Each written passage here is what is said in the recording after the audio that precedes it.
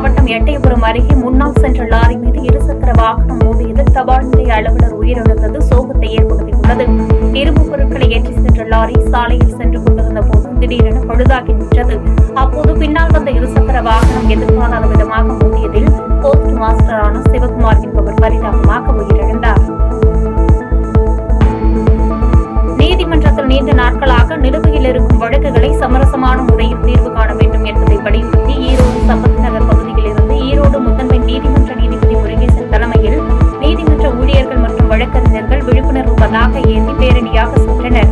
இந்த பேரணியில் 200க்கும் மேற்பட்டவர்கள் கலந்து கொண்டு பொதுமக்கள் நீதிமன்றத்தை அணுகி சமரசமான முறையில் தீர்வு காண வேண்டும் என்று முழக்கங்களை எழுப்பியவாறு வலியுறுத்தினர்.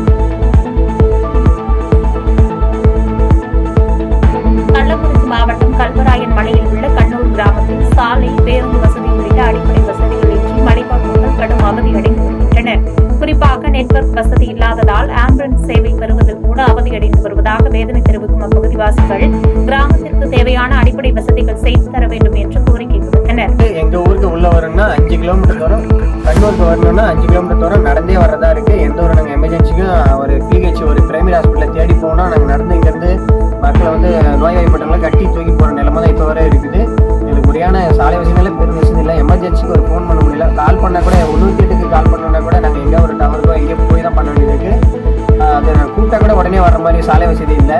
அதெல்லாம் நல்ல முறையில் தமிழ்நாடு அரசு செஞ்சு கொடுத்தா நல்லது. சென்னை நங்கநல்லூரில் பாஜக சார்பில் நீர்மூர் பந்தரை திறந்து வைத்த பாஜக மூத்த தலைவர் தமிழிசை சவுந்தரராஜன் பொதுமக்களுக்கு தர்பூசணி, வெள்ளரி, இளநீர், மோர் உள்ளிட்டவைகளை வழங்கினார். பின்னர் செய்தியாளர்களுக்கு பேட்டியளித்த அவர் தமிழகத்தில் எதிர்மறை அரசியலை முதலமைச்சர் ஸ்டாலின் முன்னெடுக்கிறார் என்று விமர்சித்த அவர் கேஸ் விலை ஏற்றம் 50 ரூபாய் என்பது மிக குறைவானது என்று கருத்து தெரிவித்தார்.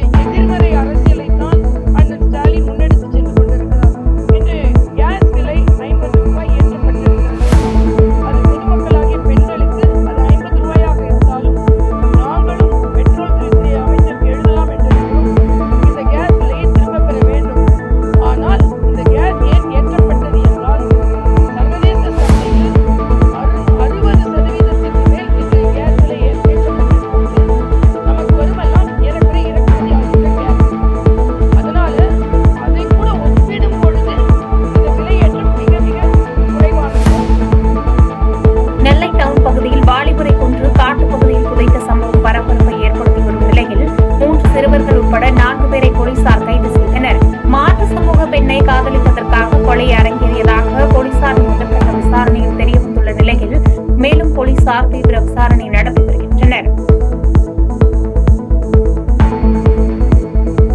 கோவை மாவட்டம் வால்பாறை அருகே ரொட்டிக்கடை பாறைமேடு பகுதியில் செல்வகுமார் என்பவருடைய வீட்டின் முன்பகுதியில் மறைந்திருந்து சிறுத்தை பாய்ந்து சிறுவனை வேட்டையாட முயற்சிக்கும் அதிர்ச்சியூட்டும் சிசிடிவி காட்சிகள் வெளியாகி பரபரப்பை ஏற்படுத்தியுள்ளது. வளர்ப்பு நாய் கூச்சலிட்டதால் முன்னெச்சரிக்கையாக சிறுவன் உயிர் தப்பினார். கடலூர் மாவட்டம் பண்ருட்டி அண்ணா கிராமத்தில் அம்மா மக்கள் முன்னேற்றக் கழகம் கடலூர் மத்திய மாவட்ட மகளிர் அணி செயலாளர் தமிழ்ச்செல்வி ஏற்பாட்டில் நலத்திட்ட உதவிகள் வழங்கும் விழா நடைபெற்றது.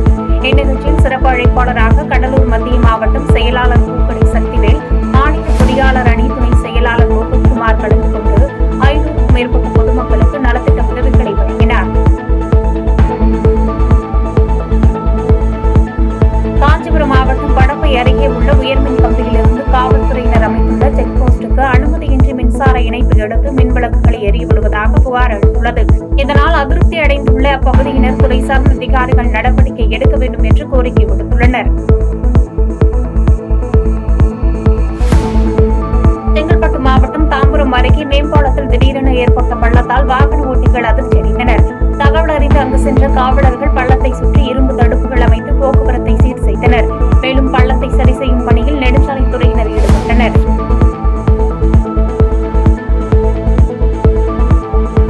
பாதகம் செய்பவரை கண்டால் நாம் பயம் கொள்ளலாகாது பாப்பா. மோதி மிதித்து விடு பாப்பா, அவர் முகத்தில் உமிழ்ந்து விடு பாப்பா. அண்மை செய்திகளை உடனுக்குடன் தெரிந்து கொள்ள இணைந்திருங்கள் எம் நாடு தொலைக்காட்சியுடன்.